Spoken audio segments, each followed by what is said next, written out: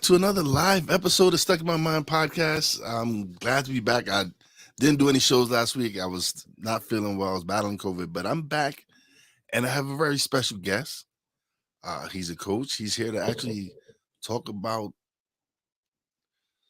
creating successful habits, focusing on creating successful habits. Welcome to the show, Jason Harwood. Hey, how are you? Good to be here. Glad you're Oh, feeling better. Thank you. Thank you. I appreciate it, man. Appreciate it. I'm excited to have you on. I got some questions. I got some Oh, questions. good. I'll do my best to answer. But let's start. Let's start a little. Let's learn a little something about you. Because how many kids you have? That's people. If you do any looking, that's always one of the first questions. Because it's a lot. But yeah, we have 7 kids, and last month or 2 months ago, my oldest turned 20. When he was still 19, at the time, we had 6 teenagers all at once. So 6 of the 7 of them were teenagers. So now we have 5 teenagers, a 20-year-old, and a 9-year-old. So yeah, we run the gamut. Yes, I can tell you and your wife didn't watch much TV. Nothing to do in Idaho, turns out. So, all right. What led you to this? What led you to wanting to help people get into showing them how to create successful habits? Because that's something that people don't realize, that things we do are habit forming. Like, what led you to this? Yeah, it is interesting because the reality of habits is that they exist whether they're intentional or not. The question is not, do you have habits, because you do it. Like almost everything that we do is based off of some type of habit pattern in our minds. So the question becomes, how intentional are your habits? So I have done a lot of business development and coaching. And in the process of that, had helped a lot of people on the business side of their life create systems around, finance and sales and marketing and things.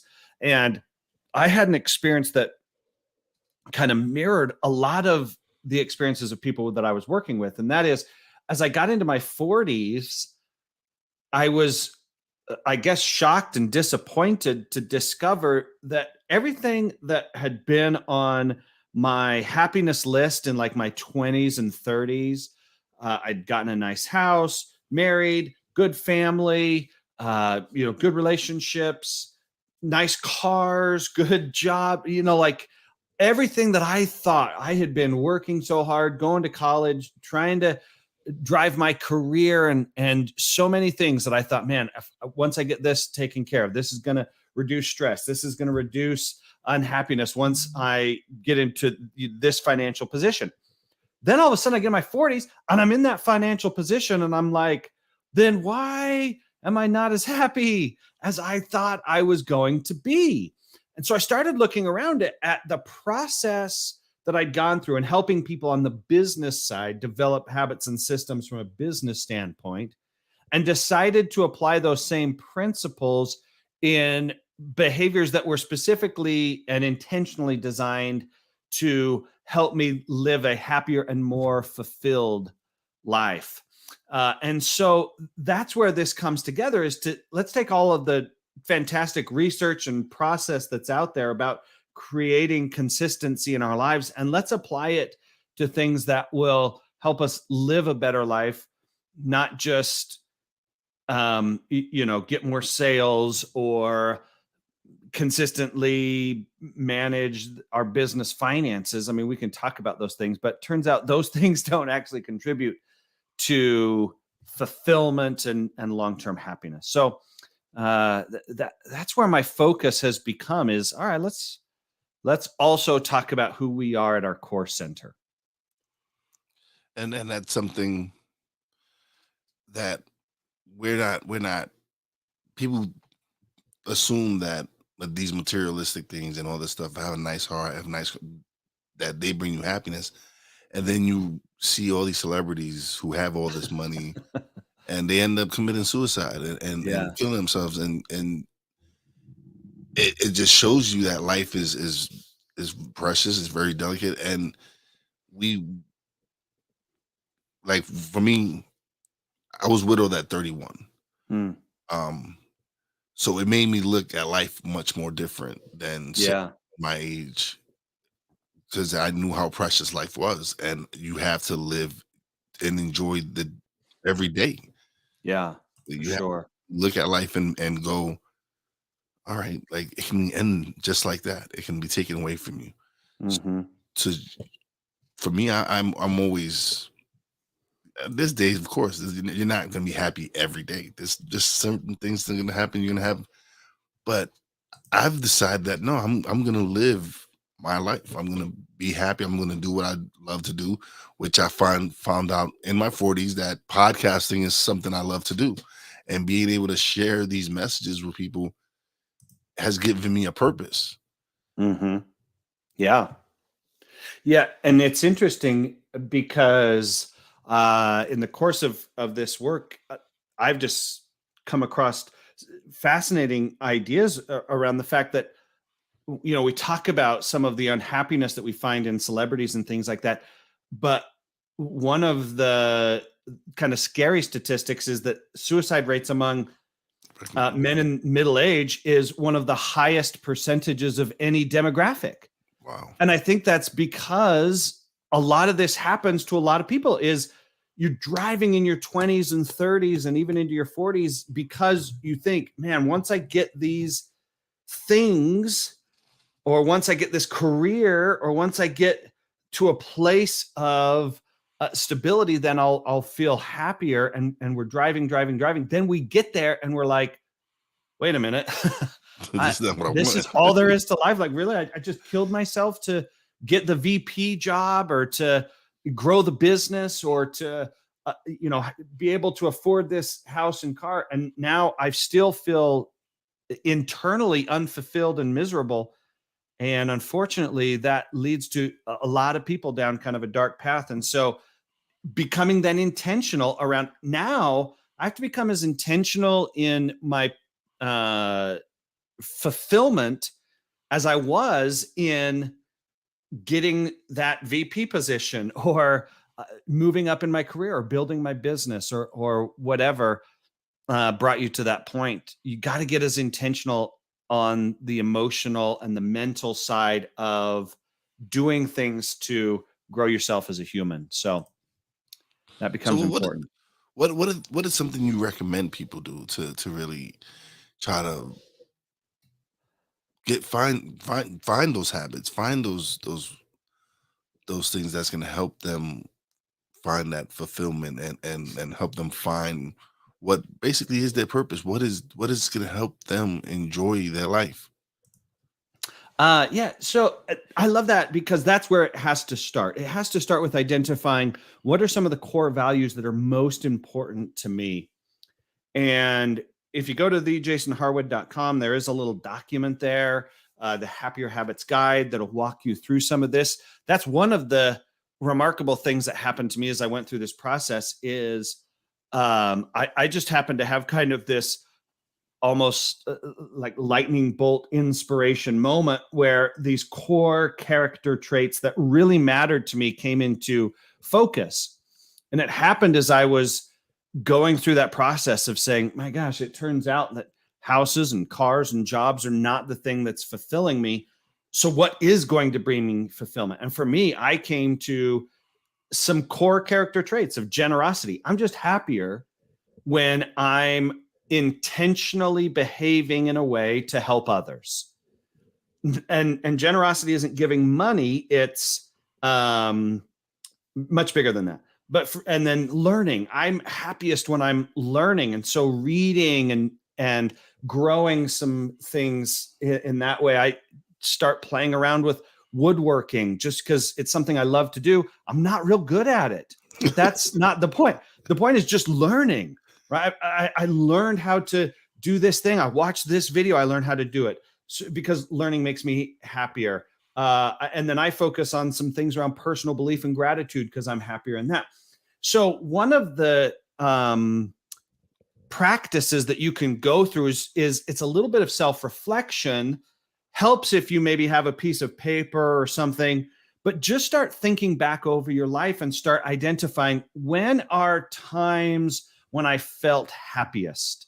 When are times when I felt most fulfilled? When are times when I felt growth in my life? And again, one of the challenges that we face is that often through our earlier years, so much of that is tied to our career or growing a business or growing a family. But we've got to start identifying, okay, when are moments within my career when I was happiest? When are moments within my job when I'm happiest? And what you'll start to see are some consistent patterns for you personally. Now, you might align similar to things like me, that for most people, they're happiest when they're doing things for other people. And so we strive to make generosity a habit. Most people are happier when they come from a mindset of gratitude and being grateful for what is, rather than focusing on what isn't, or kind of mired in what should have been.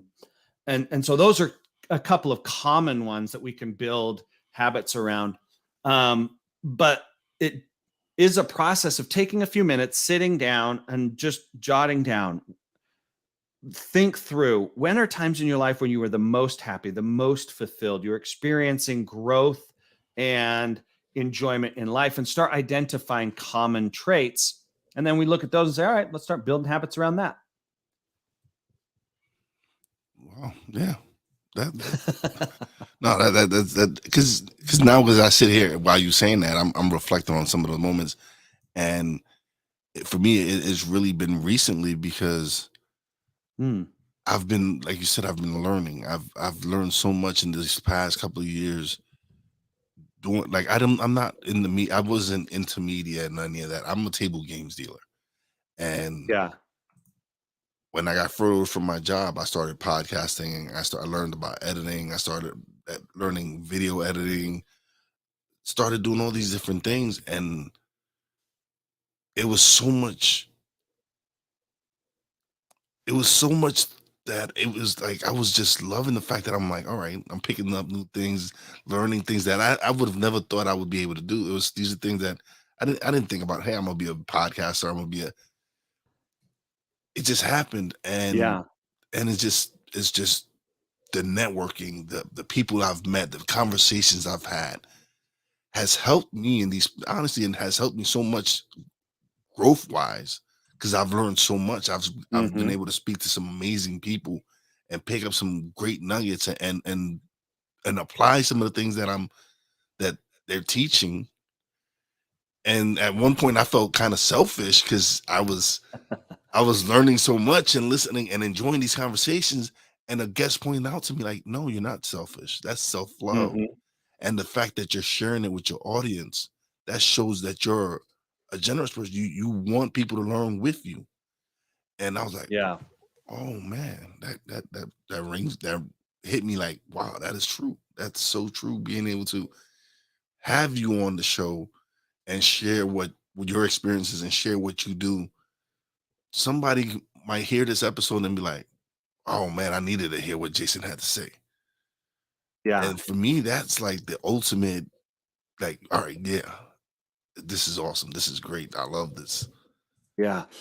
Yeah, and it's taking, as you mentioned, right? Taking some of those things that you are passionate about, that you enjoy doing, talking with someone, meeting someone new, interacting. And what's great is in today's world, whether it's that or almost anything, you can start making small, easy progress towards just about anything.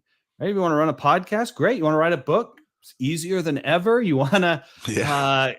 get into woodworking, and like, I build little tables. I sell them on Facebook Marketplace. I sell them for about the cost of the wood. I turn around, I use that money to buy more wood and build the next table. It's like, just for fun, just for enjoyment, just because I like it. And some of it is freeing up that space to be able to do that, to say, you know what, I've got to create space. And that's where the intentionality comes in, to be intentional in what you're doing, because you have a system of habits in place right now.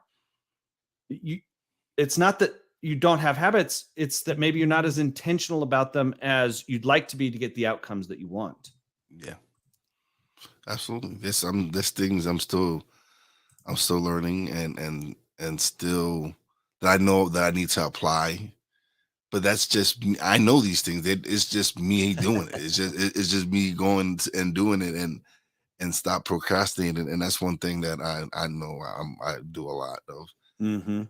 Mhm. But I'm working on it. I'm working on it. I guess Hey. realizing is realizing is the first step. Yeah.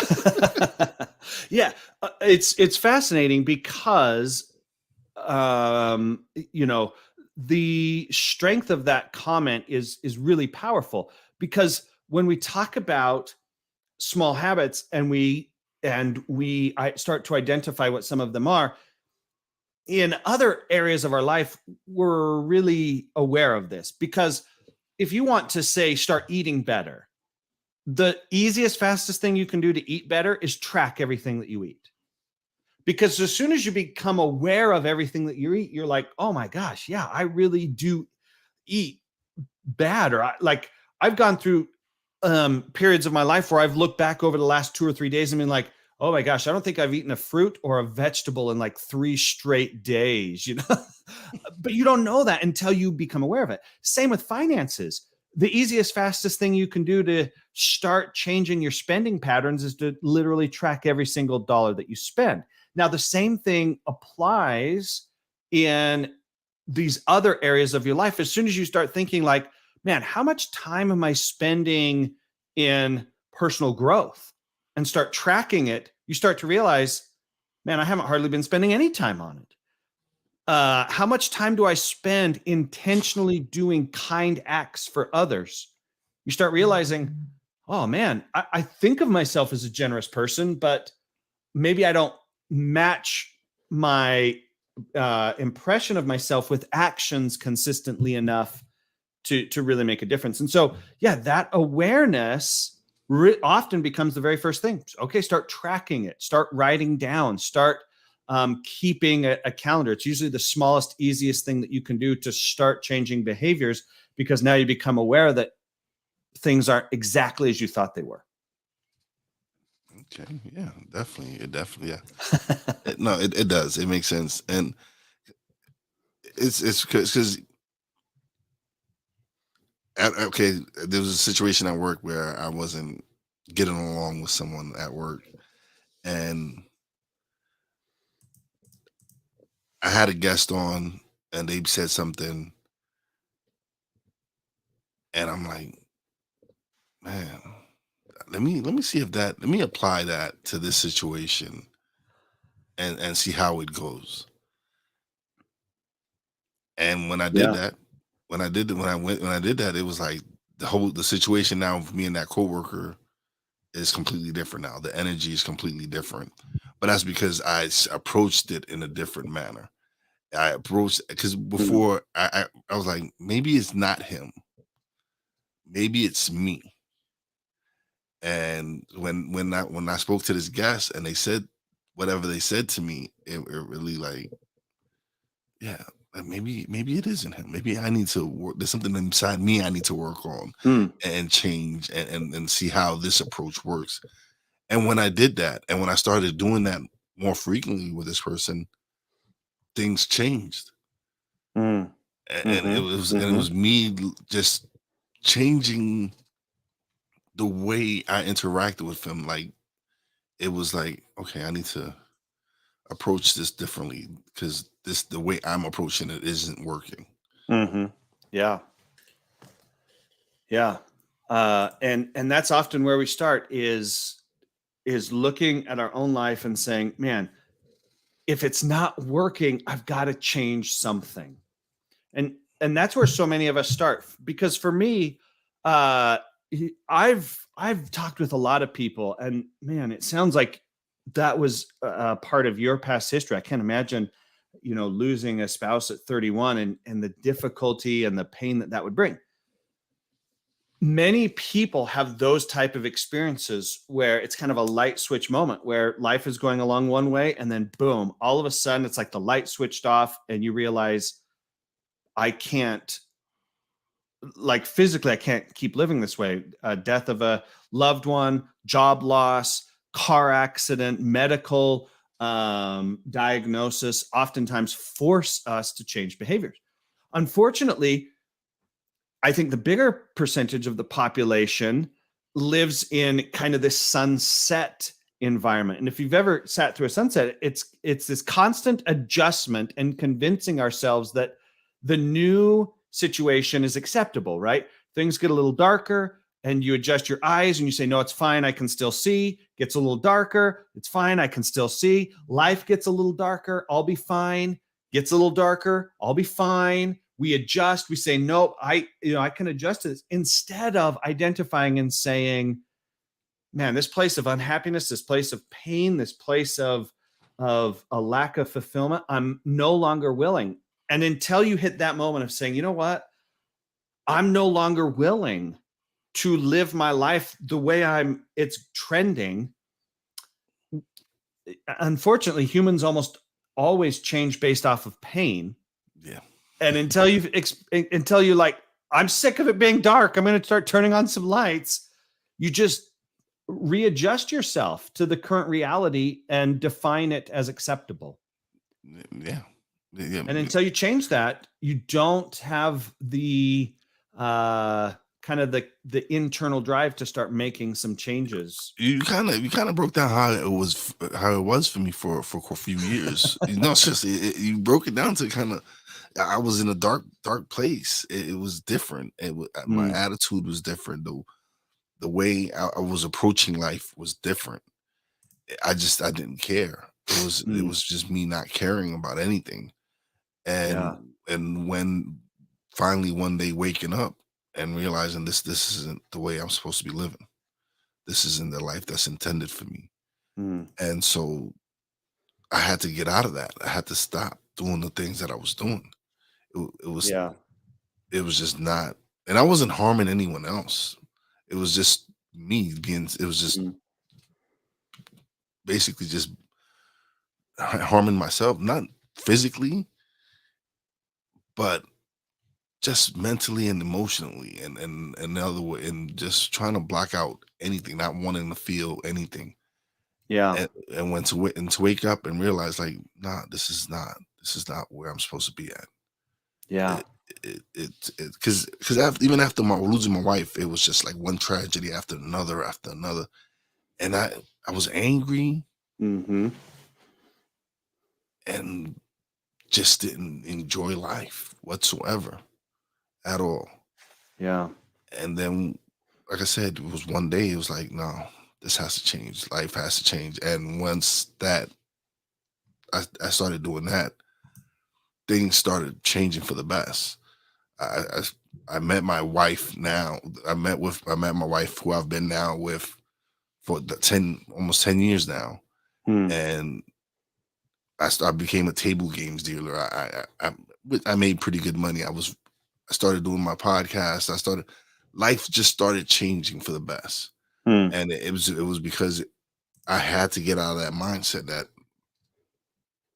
I just knew this wasn't the way I was supposed to go. This wasn't the path that I was supposed to be down.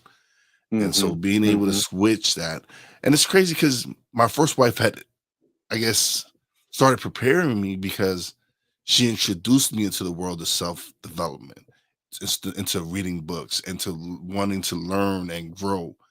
And so it prepared me eventually when I got out of the darkness, that it brought me back to learning and growing, and wanting to continuously grow and become a better person. And so it kind of, things, I look at it like things happen for a reason. This was my path. This was what was written for me to happen. And now it's where am I going to go with this? What path am I going to follow? What am I going to start doing to continue on this journey? And it's every day. It's every day I'm learning something new and just growing as a person. And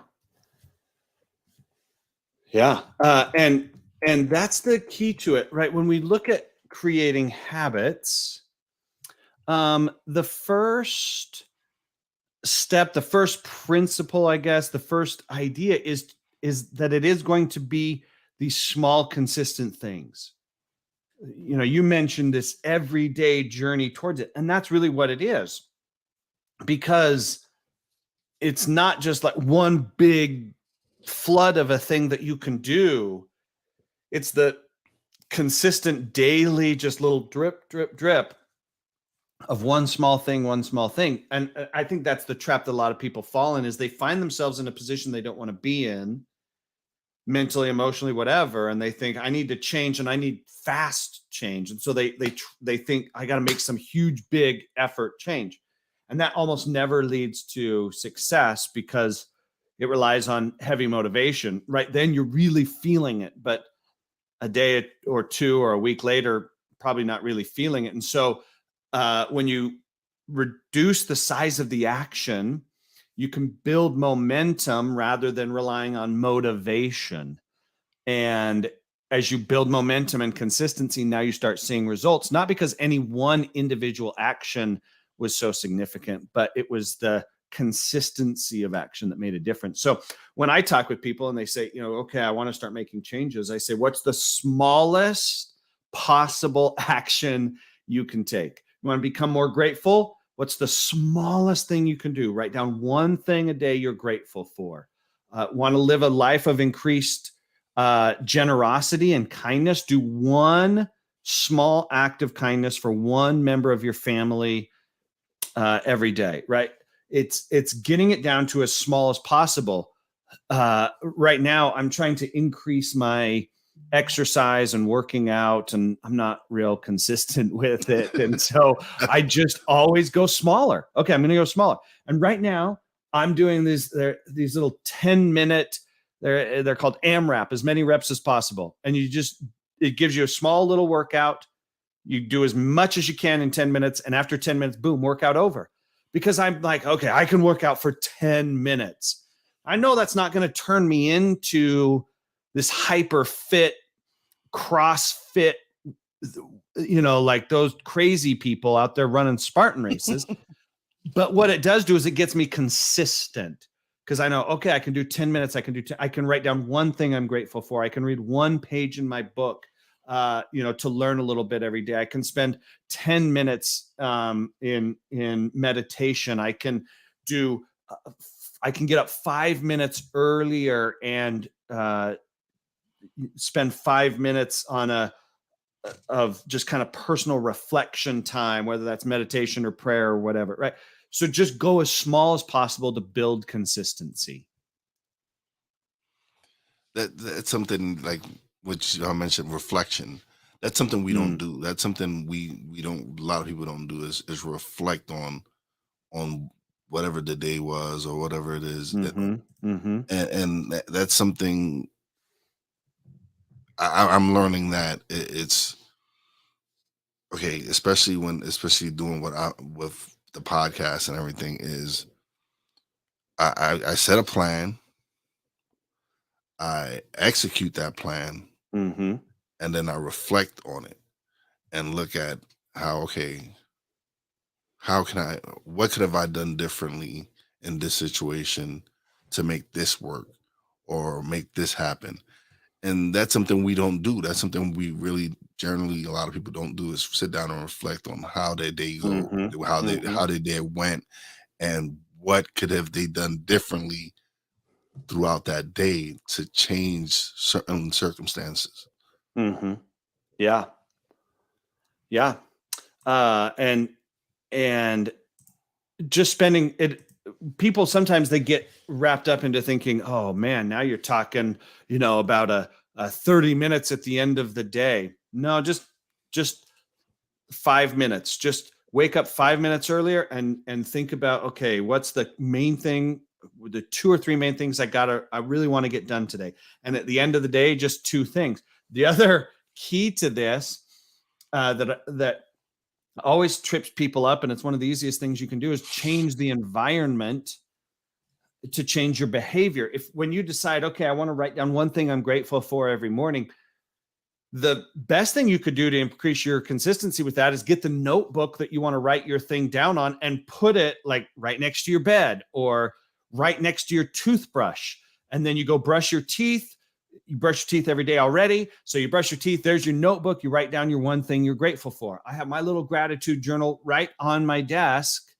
And so as soon as I sit down, boom, there it is. And boom, I write down my 3 things I'm grateful for. It's the first thing I do every morning before I start getting into emails and projects and things like that.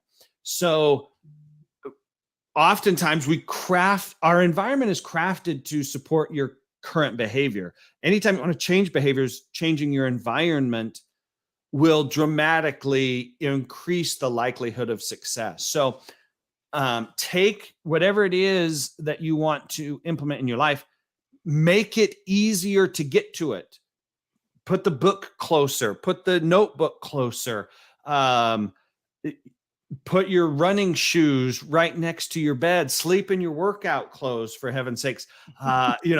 If you want to eat better, buy more vegetables, put more vegetables in your fridge. And when you go open your fridge and all you see is vegetables and I don't know, cheese, you can eat a little bit better.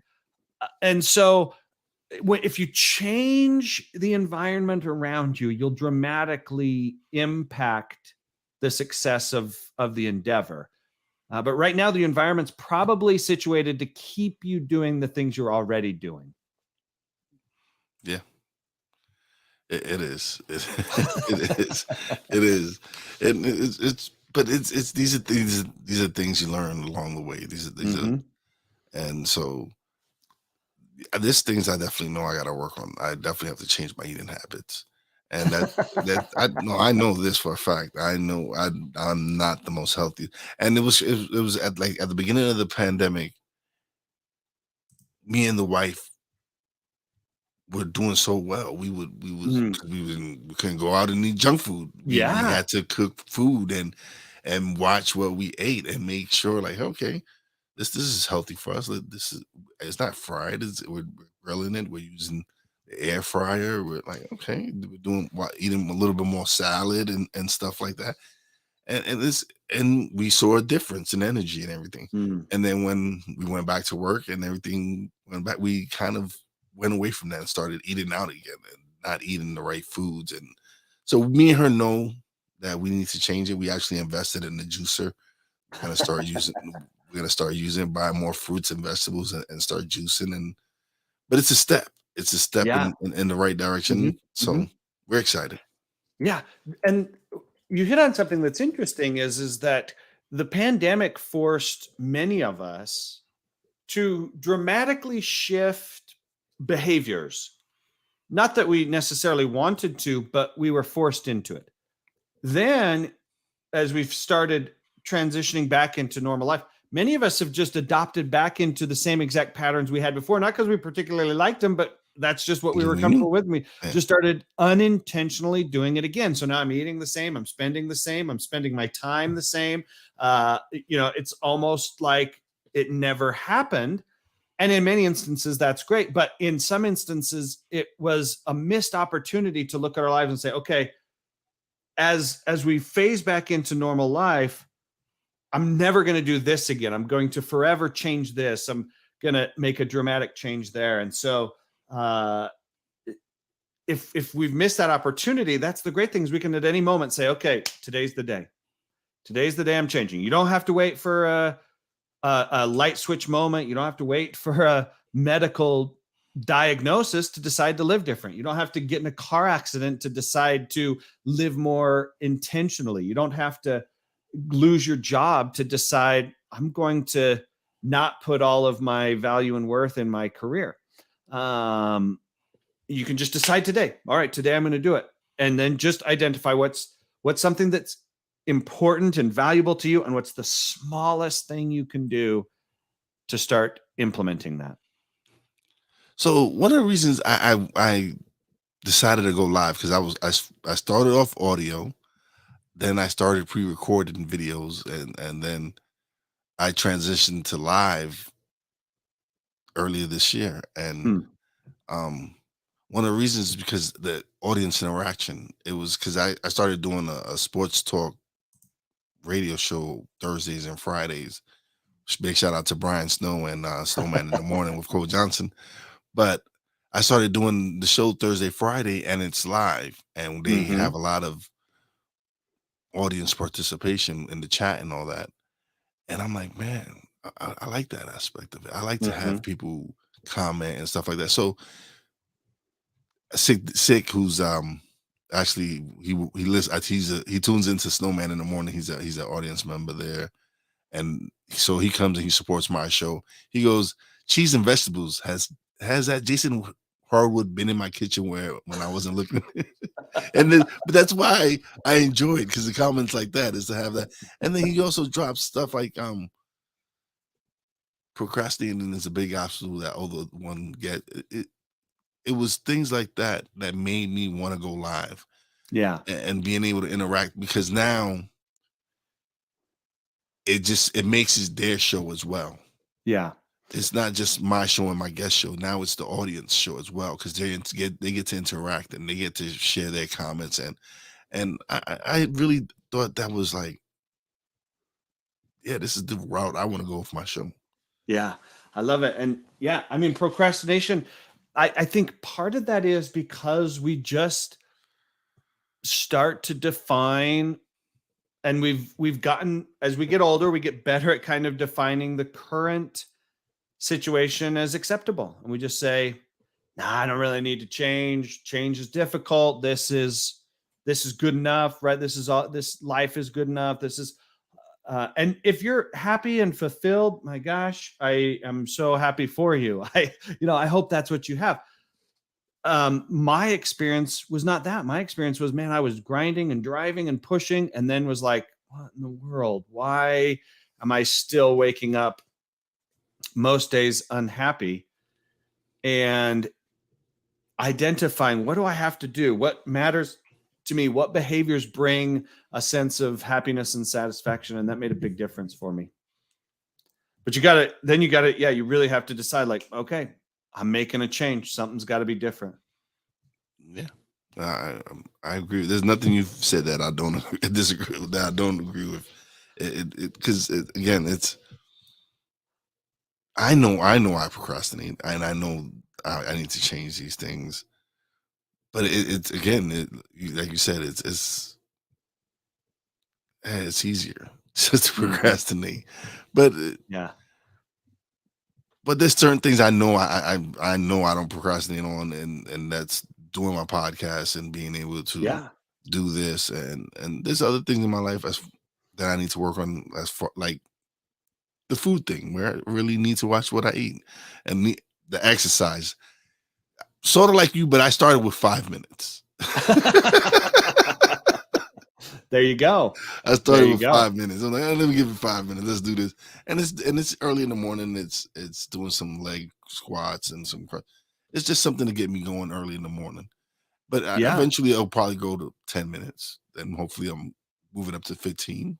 It's There you just go. it's one step at a time. Yeah, that's exactly how it works. I try to remind people, the first goal is not results. The first goal is just consistency. Like, and I know that. I know that the amount of working out that I'm doing right now is not going to bring huge long-term results. That's okay. I'm just working on getting consistent. And once I get consistent at 10 minutes, then it's going to grow naturally. But if I try to go 30 minutes right out of the gate, Like, no, I'm not doing it this doesn't again. happen, right? And things get in the way, and you just don't get there. And so then you're frustrated and angry because you haven't gotten to where you want to be, and then you quit. And 10 minutes is better than 0 minutes. 5 minutes is better than 0 minutes. Yeah. So just shoot for short term, and that's okay. It's the beginning of forming a successful habit. Mm-hmm. That's what it Mm-hmm. is. It's like you said, yeah, start with 5 minutes. And then eventually you're like, I can do 10 minutes. And then you do the 10 minutes and you're like, oh man, this is easy. I can do it. But you have to build yourself. Cause like you said, if you really jump into like those people that at the new year, they're going to the gym hard for the first month. And then like after the first month, they're like, man, I'm tired. I don't want to do Yeah. this no more. Yeah. And they burn themselves out. But then if they would have started off slow, like, all right, today I'm gonna just do 10 minutes on the treadmill, just start. Then next day, yeah, let me do another 10 minutes on, and it just starts and just get you going, get you going. Then eventually you start adjusting it. Yeah. Yeah. I love it. Yeah. You've nailed it. Boom. You're set. Oh, I'm far from set. I still got a lot of work. But that's the Yeah. thing. That's the thing. I know I'm still learning and growing, Yeah. and I'm having fun. And it's these conversations that are helping me. Yeah. It's me being able to learn from someone like you. That, hey, listen, this is how you start. Just start Hmm. with 10 Yep. minutes. Yeah. But Yeah. it's being able to speak to someone like yourself, and eventually it's gonna stick. Yeah. Eventually something's gonna stick. Yeah. And that's the crazy thing for me is everything that I've tried to implement, none of it was like brand new. Like I write down 3 things I'm grateful for every morning. It's the way I start off. So mentally, I come at life with from a place of gratitude. That helps me. I've heard that for like a decade. Yeah. That's a good idea. And I have like a half dozen notebooks with like 2 or 3 days worth of gratitude statements, and then a 6 month break, and then another day. Okay, I'm going to start again, and I could never get consistent with it. I try, and then eventually, boom, I got there. The biggest thing for me was having a great trigger. I changed the environment to where I put my notebook right there by my desk, and then I mentioned brushing your teeth. For me, it's letting my dog out. We got a dog during COVID, and every morning at like 5 a.m. without fail, that dog starts dancing around our bed Yeah, because see, it that's needs to why go I out. don't want that's why I can't have a dog. I'm not Oh, no. it's the worst. But and so I was like, at first I was kind of mad that this was happening, and then I thought, you know what? This is a brilliant habit trigger because every single day I have to do this action. So what's the thing I want to do immediately following this action? And for me, it was right in my gratitude journal. And so now I'm more consistent than I've ever been because I let the dog out. Boom, there's my gratitude journal. Boom, I write down 3 things I'm grateful for. So just take something you're currently doing, say brushing your teeth, drinking your morning beverage, um, taking a shower, putting on your pajamas, setting your alarm, whatever it is. Just find something you're doing and say, I do that every day.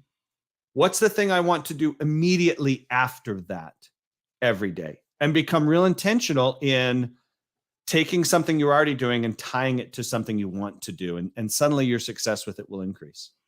Oh, for me, with me, every morning I like to sit down, have my cup of coffee, and just think about how I'm gonna just what how my day is gonna go. I'm gonna sit. I wake up, hop in the shower, brush my teeth, and have my cup of coffee, and then just like sit down and kind of like it's meditation. It's kind of like my form of meditation, just sitting here and just Mhm. reflecting and looking at, all right, what like you said, what is that? What is it that I want to get accomplished today? Yeah.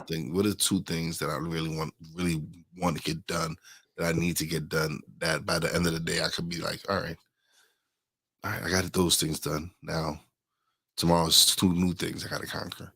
Yeah. Yeah. So yeah, you create this pattern, right? Used to be I just drank my coffee maybe while I was frantically getting ready in the morning. Now I've tied in, all right, I'm going to drink, but I'm going to sit, I'm going to contemplate, I'm going to write down. And so I drink coffee every morning, so I might as well tie it to something else that's important to me. Yes. Um, and so that can become a powerful trigger in making consistency in your behavior. All right. Man, Jason, this has been fun, man. I appreciate you coming on the show. Yeah, habits Now, are like the most fun thing ever to talk about. but now is the part of the show where you get to just get the camera on yourself and solo layout and then plug away, brother. Oh, well, uh, Yeah, if this has been helpful for you, if you're thinking, yeah, I want to start making some changes, go to thejasonharwood.com. Get the Happier Habits Guide. It looks like this. I've got one printed off right here. You'll go through, identify areas that are important to you, and then I'm going to help you create your habit plan through that. If you get through that and you want a little bit extra help, just reach out to me. You can connect with me. Obviously, there's a contact thing there, or you can reach out to me on LinkedIn or Instagram or Facebook and just let me know, hey, I'd like to set up some time to talk about my habits, and more than happy to go through with you and create a habit journey, a habit path and plan for you around whatever habits you want. So start off by going to thejasonharwood.com, connect with me on social media. All right, all right. Don't leave just yet. I want to talk to you a little bit after off air, but it was great having you on the show, brother. Man, this is So fun. fun. Yeah. I really do appreciate you coming through and dropping some of those nuggets you dropped for us. Great to be here. All right, so now it's time for shout outs. Big shout out to everybody who stopped by, man. Tony, man, what's going on, brother? Haven't seen you in a while. I know I've been out of action for the last week or so, but it's great seeing you. Big shout out to Ben. We're on the BS3 network. Catch us live every day. Well, Monday, Tuesday, Wednesdays, 4 p.m. Central Time, 5 p.m. Eastern Time. Big shout out to my man Sick Diggy for coming through, sharing his, always coming through and supporting, man. I appreciate you, brother. I like to say, since Sick is in Norway, that we are an international podcast. So thanks, Sick, for stopping by. Facebook user is probably my man Obimi. What's going on, brother? If that's you, if it's not, still thank you for coming through and showing some love. Now, also, big shout out to my Real Wise fam, Poppy J, Brandy J. Love you guys. Big shout out to the boss lady. Love you, baby, and appreciate you. Big shout out to our guest, Jason Harwood, for coming through and like I said, having a great conversation, man. I love it. And as always, a big shout out to all the essential workers out there. God bless y'all. Be safe. You know how your boy Wise does it. Peace out.